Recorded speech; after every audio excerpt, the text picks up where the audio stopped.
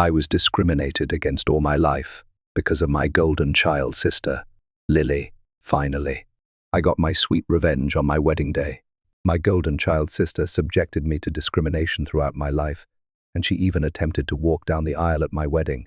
Finally, I had my retribution. My parents always favored Lily, and it wasn't subtle. If she accused me of anything, they would believe her and punish me. But if I accused her, even with clear proof, they'd give her a reduced punishment while also scolding me. My birthday cake was always her favorite flavor, and my parents pretended they had no idea. I disliked it. They always bought her more than me and drove us anywhere she wanted, even if it was meant to be about me. Lily grew up privileged, and she used me as a punching bag. She ignored me at first, but things grew worse when we were teenagers. She eventually lost all of her friends, and her behavior deteriorated. Did her pals move away or abandon her because she was mean? I don't know, because we weren't close. My parents bragged about her accomplishments, but never mentioned any problems. Yet they continually used my weaknesses as taunting ammunition. I just knew she didn't have any friends since we went to the same school, and I saw she wasn't among people anymore. Meanwhile, I was rather popular.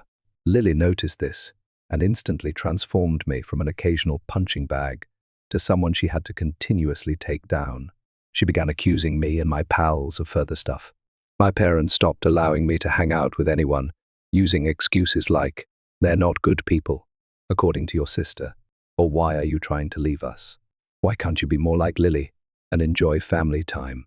My extended family saved me from complete seclusion. Most of them resided in the same town, and despite our age disparities, I got along well with my cousins. They asked me to something I can't remember what, and I regretfully replied that I wasn't allowed to go anywhere. When asked why, my child self frankly stated that I was not permitted to have friends because Lily did not have any. This came back to the adults, who later tore my parents apart.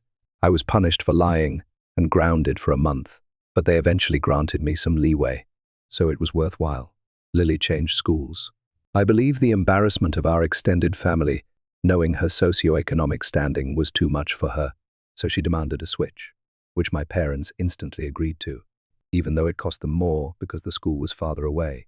She found friends at the new one, however. She never returned to generally ignoring me. She never let me go because she felt powerful enough to tamper with me and was unhappy that I told her family she had no friends. My life remained unpleasant. Her friends would come over and bully me, which my parents referred to as light teasing. I never had friends over since my parents were terrible hosts, and Lily would accuse them of stealing, which my parents believed. I did, however, develop close ties to my cousins, as my parents would never treat family that way. Then I found my first boyfriend. I did not want to bring him home, but my parents insisted. We were separated at one time, and he came to locate me and told me that Lily was flirting with him. She approached in skimpy clothing, fluttering her eyelids, and began telling him how horrible I was and how fantastic she was. He was irritated and ran off to locate me. Of course, Lily gave my parents a different story.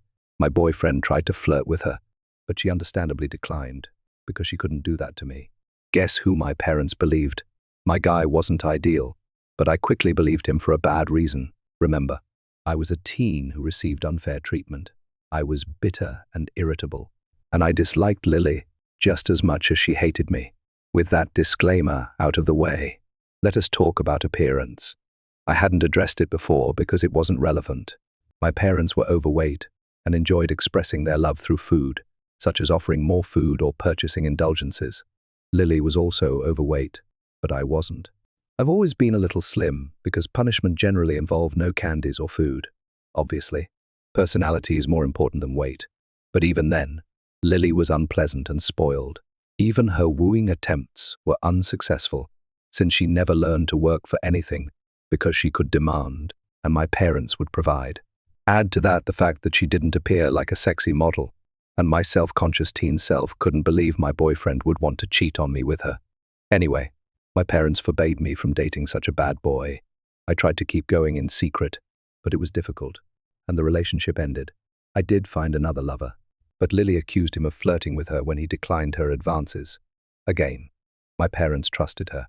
I tried to explain how this happened again, but they concluded that I was incapable of making good decisions and continued to choose awful men. The relationship couldn't manage the Romeo-Juliet predicament and ended again.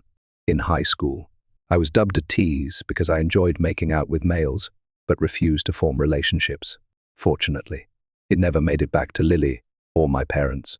Throughout all of this, Lily did bring one man home. He was displayed with pride, and my parents spent every second telling me how talented he was and why I couldn't be like Lily and find someone like him until he stopped showing up and became a deceitful bastard who duped Lily. Oh well, unfair treatment remained. She had more money to spend at the time, and her curfews were considerably more relaxed than mine. She could travel anywhere at any time, but I couldn't. If I pointed it out, my parents would say it was because she was older, but when I got to that age, I still didn't get the same treatment she did. And when I pointed it out, they denied ever saying that, or claimed it was because I couldn't be trusted like she was, citing Lily's accusations against my boyfriends and friends as proof of my poor judgment. Lily's graduation date approached. She was admitted into a college, but not a particularly prestigious one, and she received no scholarships. Again, because I only knew her achievements. I don't know which universities she applied to, so I can't say how hard she was rejected. I knew her grades were poor in school, though, since every time she received a B, we celebrated. I usually earned good marks, but my parents refused to rejoice, stating that since I always got them, there was nothing to celebrate.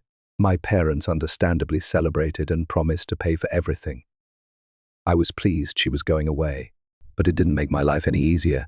She'd return home every other weekend, and either things would go missing from my room, or she'd come up with another way to make my life miserable. My curfews remained harsh. My mother eventually came to chat with me about my upcoming graduation. I'm only 1 year younger than Lily. She informed me that because they were paying for Lily's education, they didn't have enough money to pay for mine, so it would be best if I started working right away after graduation and waited until Lily graduated university to see if they could afford anything for me. Oh, and if I opted to stay at home, I'd have to pay for all of my belongings, a portion of the expenses, and rent. I explained that I might acquire student loans. Mom replied, yes, but no, since they were so concerned about me, and I had such poor judgment that they would decide whether or not a college education was worth the debt. I'm not sure how they would prevent me from acquiring loans, but I didn't inquire. Scholarships were not mentioned. They had no notion about my academics and never believed in my skills. I didn't bat an eyelash. I merely said, okay. My mother plainly didn't expect that and kept inquiring. Maybe she hoped I'd throw a tantrum, so they'd have an excuse not to pay for my college. But all I said was that I understood their position, thanked them for caring, and that was it. My father tried the same thing again, but I refused to be emotional. You know, after a lifetime of their poor parenting, I had no aspirations for my education. I knew they'd find a reason not to pay for mine and make my life miserable. I never thought they'd pay. If I worked and waited for Lily to graduate, I'd been preparing for college for a long time. I couldn't go out much, and my friendships were few, so I had plenty of time to study, which I did because I saw college as my one chance to be free.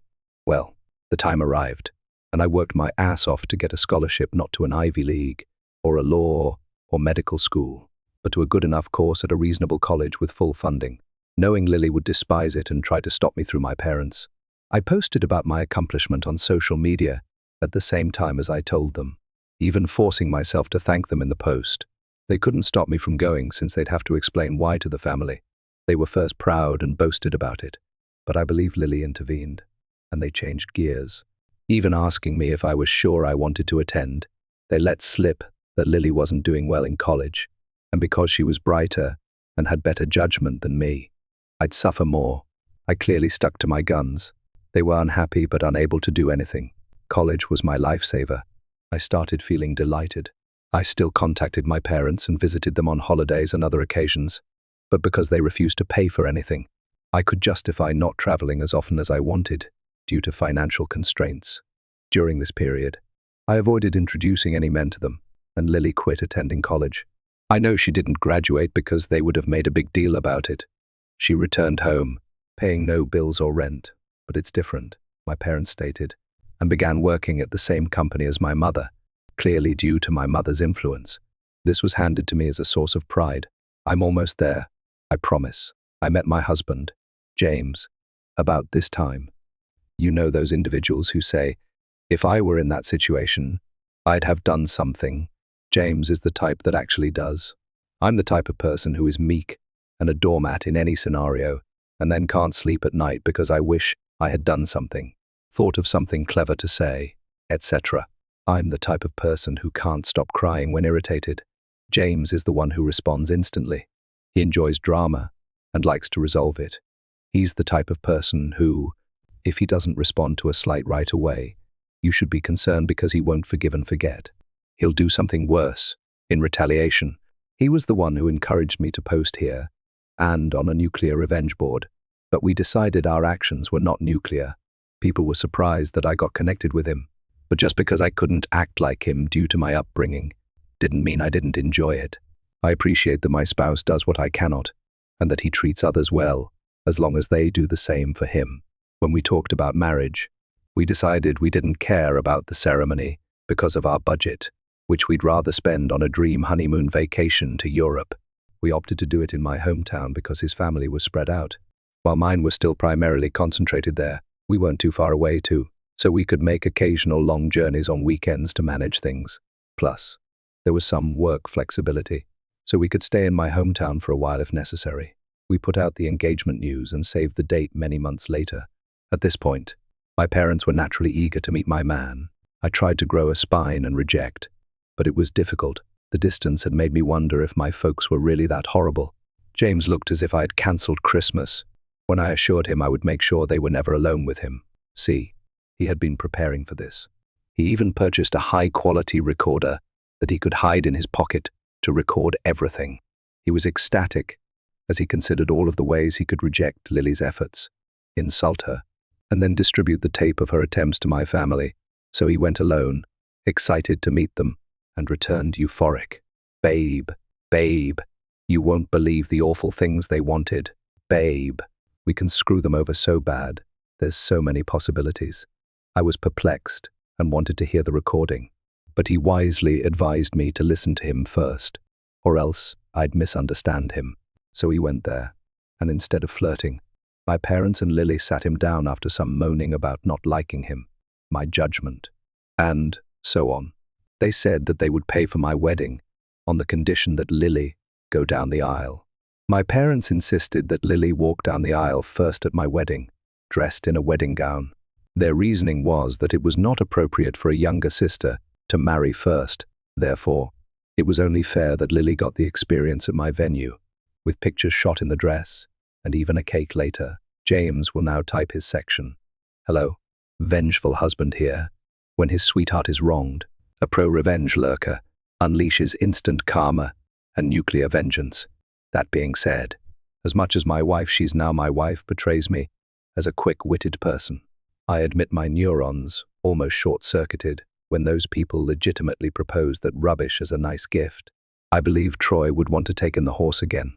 Unfortunately, after my brain restarted, I had a long list of insults ready to fire, but something in my soul whispered in my ear like the devil, string these idiots along.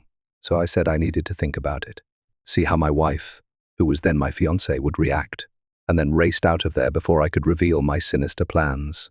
Come back to me, the wife. So, with a smirk on his face and a recording to prove it, James truly recalled how my parents wanted my wedding to be all about Lily.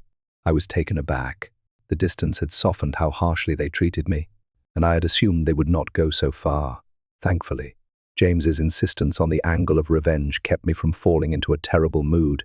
We had a great time coming up with ways to screw them over, ranging from outrageous to plausible.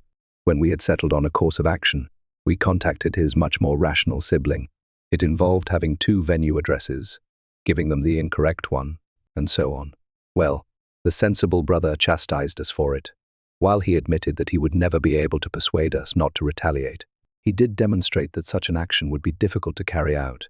Some of our other suggestions were also at risk of being sued, so we eventually landed on the most benign strategy: pretend as if we agreed, but then hire security and refuse to let her in, obviously. If that was all, it would not be pro-revenge. The remainder is primarily James's responsibility, but he wants me to do the honors. So here goes. It is crucial to note that everything he did was previously discussed with me and was based on our joint ideas. He went back to my parents and stated he investigated and thought I wouldn't go for it. However, he did not see the problem and, in order to keep the family together, would be willing to assist them. He pointed out that I dislike conflict, therefore, if I was shocked by it, I wouldn't throw a fit in front of everyone. On the other hand, marriage is a major event, so who knows if I'll lash out. So he proposed a compromise. They'd help pay for things. This way, I'd feel even more pressure not to say anything, because not only would we be in public with our families, but I'd also be grateful for their assistance. He claimed my parents were stunned, and my grown sister, Lily, literally began bouncing with pleasure like a child. Thus, it was accepted. Importantly, James claimed that I was distrustful and controlling because of some bad judgment and prior lovers. These phrases were all my idea, and I'm so proud of using their words against them, and that I used to check his phone and other things to guarantee he wasn't cheating on me. As a result, it was critical that no details of this plan be documented. He would go over to their house to discuss any issues about Lily coming down the aisle before me, and so began months of deception, in which my parents and Lily believed they were duping me.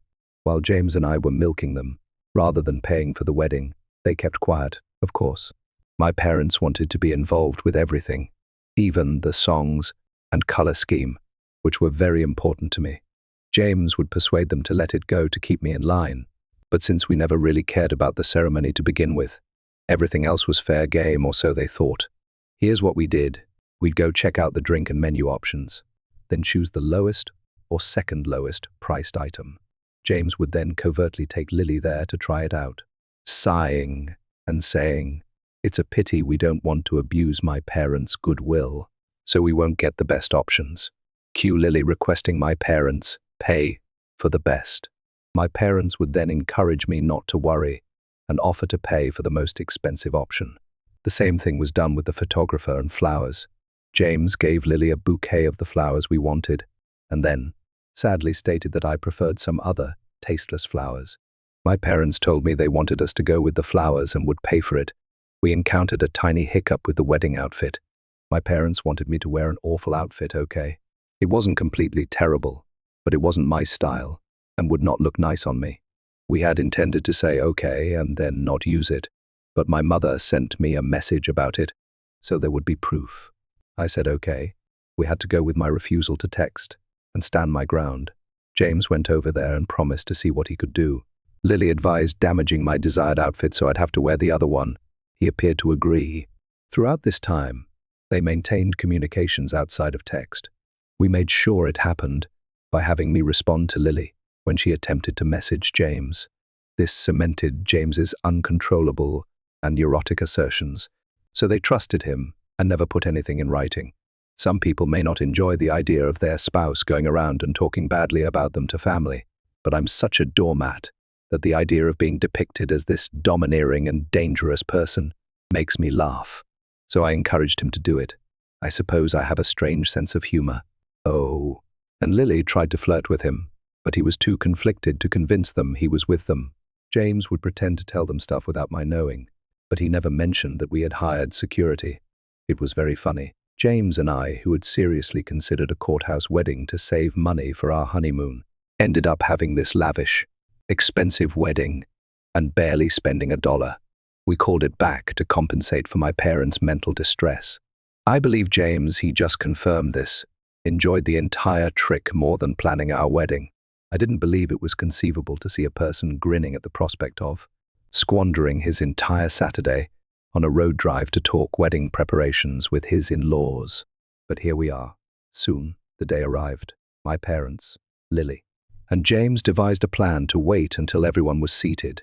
As the bride is always late, they'd have Lily arrive at that exact time, so I wouldn't notice her and try to stop it, and she'd walk down the aisle.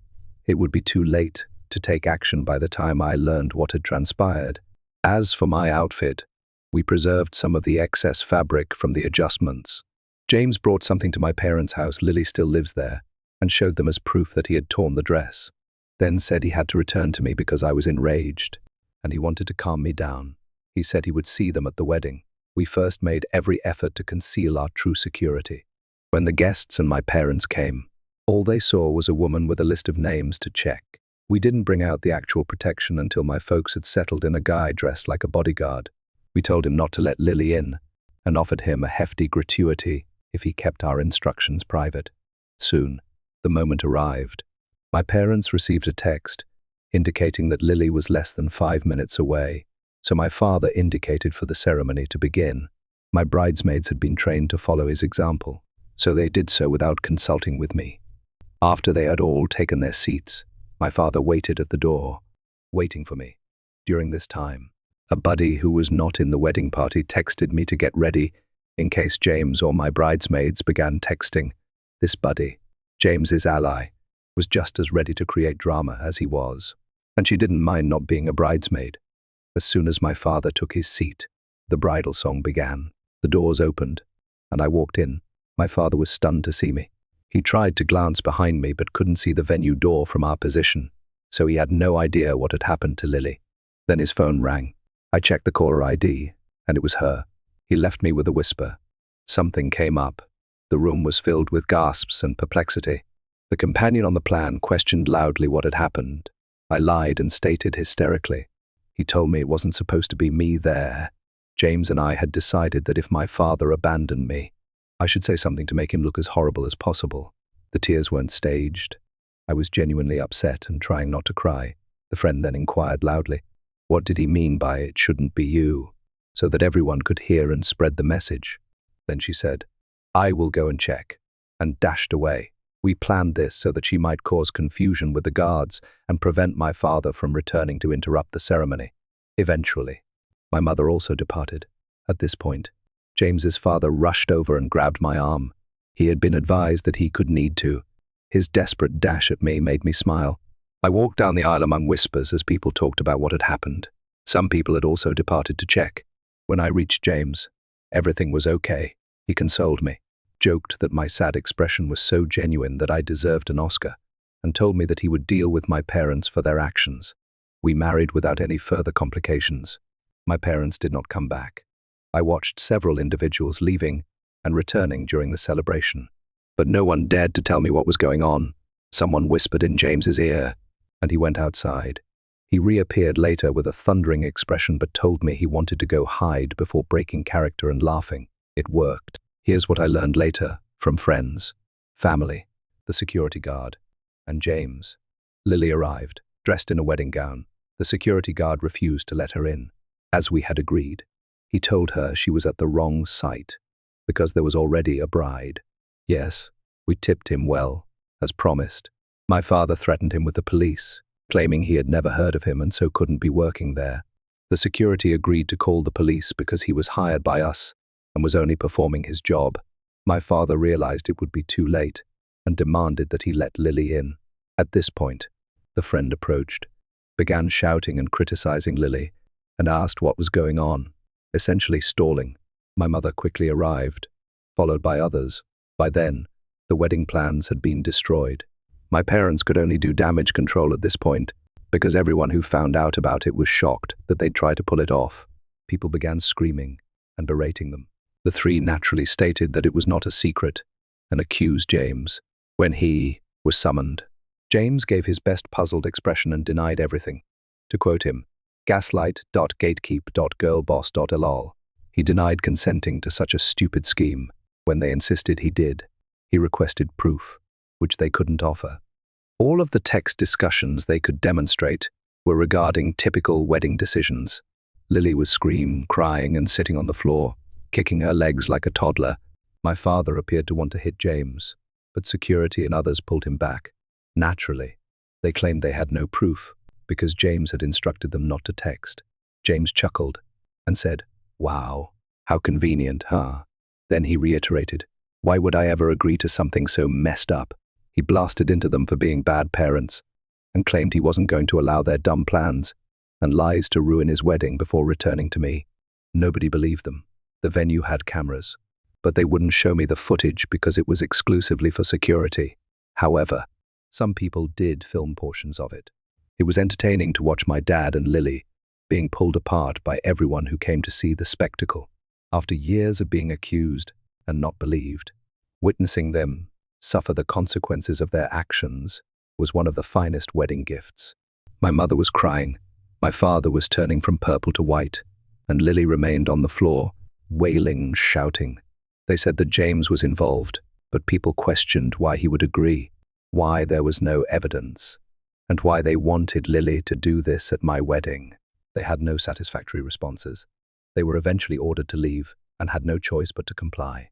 My father supposedly had to haul Lily up because she refused to leave the ground. Again, no one said anything to me all night. I assumed they wanted to spare me, and maybe it was because I was the bride and not just a guest for once. But everyone seemed to be going out of their way to be polite, cheerful, and thrilled about everything.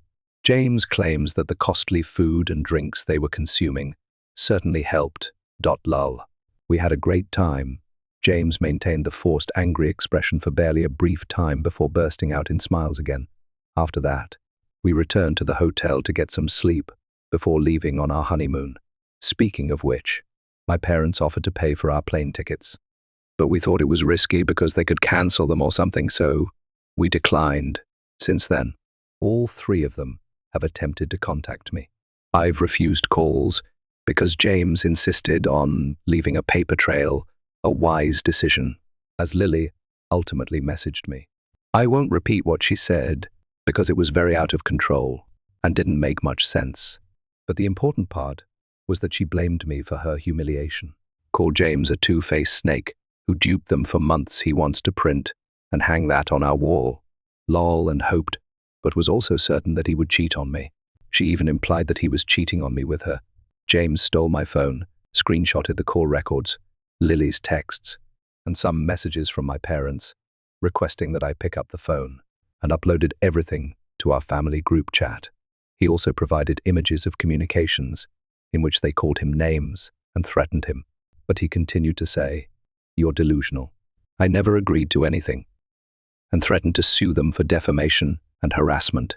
He posted a message in the group chat pleading with my family for aid because I was always being tormented by them. He begged them to prevent my parents and Lily from spoiling our honeymoon after they failed to wreck our wedding. He ended by requesting that they not divulge our locations in order to prevent my parents from sending Lily over, as well as stating he had somehow agreed to pretend to sleep with her in our honeymoon suite. Lol. My family told him that they would manage the situation, and we have been at peace ever since. James is a little unhappy that Lily did not misbehave, so he could call her out again while tearing her a new one. We will see if the peace lasts. Overall, while I would have liked a normal, loving family at my wedding, they failed to ruin something precious to me, and I retaliated. Extra information. Do I understand why they treated me like this? I've been asked this question several times, so I'm guessing you'll be wondering the same thing. I've pondered this my entire life and still don't know. When I was younger, I tried to ask, but they denied any difference and reprimanded me for being spoiled, so I gave up. I've explored numerous alternatives, but based on my observations, I believe the answer is this. I was unplanned. They spent a long time trying to have Lily, so she was not only wanted, but also treated as a miraculous child after so many years. However, considering our short age gap, I believe they did not anticipate having another child so quickly or easily, and they did not provide proper protection following Lily's birth. Perhaps they didn't realize my mother was pregnant until it was too late, leaving them with an unwanted kid while also dealing with a newborn. They aren't well off, so the extra expense probably didn't help, and they disliked me. But that's just my guess. Regardless, I've accepted that the cause won't really matter. Whatever they did to me was unwarranted. Did they honestly believe it would work? James and I believe that they never intended to do this at all. We believe Lily had a fit because I got married first, despite the fact that she barely gets dates, and they forced James to accept that absurd idea. They didn't want to pay for my wedding because they didn't think we'd accept or that it would look good for them to do so. By recommending it and being denied, they might appear to be the nice guys to Lily while providing an excuse not to pay me $1. But James eventually accepted it, and they couldn't go back without risking Lily turning on them. Thank you for reading. If you haven't subscribed yet, please do so and hit the notification bell to stay updated with more shocking, real-life stories happening around.